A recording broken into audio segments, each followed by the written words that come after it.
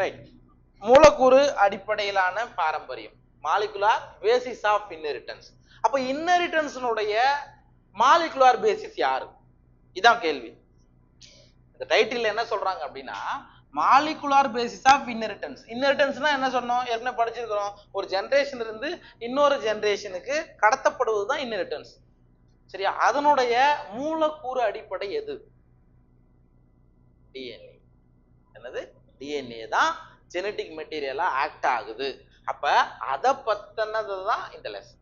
சரியா? அப்ப மாலிகுலார் லெவல்ல இன்ஹெரிட்டன்ஸுக்கு காரணம் எது, அதுல எது எதெல்லாம் பார்ட்டிசிபேட் பண்ணுது, அதுல என்னென்னலாம் ஈவென்ட்ஸ் நடக்குது அப்படின்றது தான் இந்த லெசனுடைய டைட்டில். சரிங்களா? ரைட். அப்ப இந்த லெசன்ல நீங்க என்னென்னலாம் டாபிக் படிக்க போறீங்க அப்படின்றத கொடுத்துருக்காங்க பாருங்க. இதுல ஃபர்ஸ்ட் நம்ம பார்க்க போற டாபிக் வந்து டிஎன்ஏ, டிஆக்சி ரிபோநியூக்ளிக் ஆசிட். டிஎன்ஏனா என்ன? ஏற்கனவே நம்ம பயோ மாலிகுல்ஸ்ல ஓரளவுக்கு படிச்சிருப்பீங்க. சரியா? டிஎன்ஏல நியூக்ளியோசைடுனா என்ன, நியூக்ளியோடைடுனா என்ன, பேஸ் பேர்னா என்ன.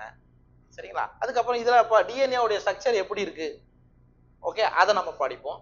அதுக்கு அடுத்தது search for genetic material. Sir, genetic மெட்டீரியலா, டிஎன்ஏ ஜெனடிக் மெட்டீரியலா, ஆர்என்ஏ ஜெனடிக் மெட்டீரியலா, புரோட்டீன் ஜெனடிக் மெட்டீரியலா? இதுன்றது ஒரு பெரிய ஒரு கேள்வியா இருந்தது. சரியா? அப்ப உண்மையிலேயே ஒரு ஜெனரேஷன்ல இருந்து அடுத்த ஜெனரேஷனுக்கு கடத்தப்படுவது டிஎன்ஏவா, ஆர்என்ஏவா, புரோட்டீனா, அதை கண்டுபிடிப்பதற்கான ஒரு தேடல். யார் யாரெல்லாம் என்னென்னலாம் எக்ஸ்பெரிமெண்ட் செஞ்சு பார்த்தாங்க, சரிங்களா, யார் யார் எதை ஃபைண்ட் அவுட் பண்ணாங்க, அதை நம்ம பார்ப்போம். சரிங்களா? அண்ட் மூணாவது ஆர்என்ஏ வேர்ல்டு.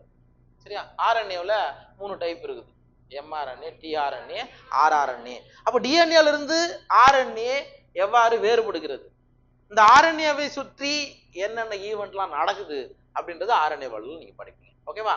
அதுக்கப்புறம் ரெப்ளிகேஷன், டிஎன்ஏவில் இருந்து புரோஜெனி, அதாவது சந்ததியோடைய டிஎன்ஏ மற்றொரு டிஎன்ஏ எப்படி உருவாகுது, அதுக்கு பேர் ரெப்ளிகேஷன்.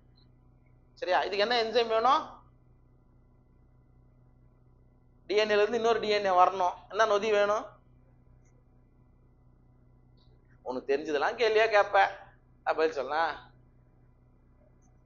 டிஎன்ஏ லைகேஸ் ஒட்டுறது, பாலிமரேஸ், டிஎன்ஏ டெபோனா டிஎன்ஏ பாலிமரேஸ். சரியா? சரி, ஓகே. ரெப்ளிகேஷன் அதெல்லாம் எல்லாத்தையும் பார்க்க போறோம்.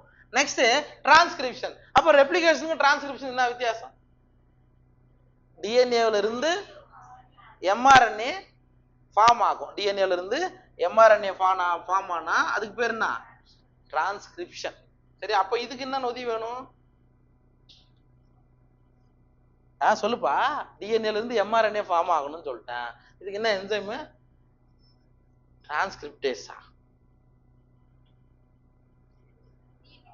DNA dependent RNA polymerase. Simple. ரெப்ளிகேஷன்னா டிஎன்ஏ டெபெண்டன்ட் டிஎன்ஏ, ஏன்னா டிஎன்ஏல இருந்து இன்னொரு டிஎன்ஏ வரப்போகுது. டிரான்ஸ்கிரிப்ஷனா டிஎன்ஏல இருந்து ஆர்என்ஏ வரப்போகுது. அப்ப டிஎன்ஏ டெபெண்டன்ட் ஆர்என்ஏ பாலிமரேஸ் வரும், வேற ஒண்ணும் இல்ல, பார்க்கும்போது பார்த்துக்கலாம். அதுக்கு அடுத்தது ஜெனடிக் கோடு. சரியா? என்னது கோடான்கள் அப்படின்றத நம்ம படிப்போம். சரிங்களா? அது ஜெனடிக் கோடுனா என்ன அப்படின்றத பார்ப்போம்.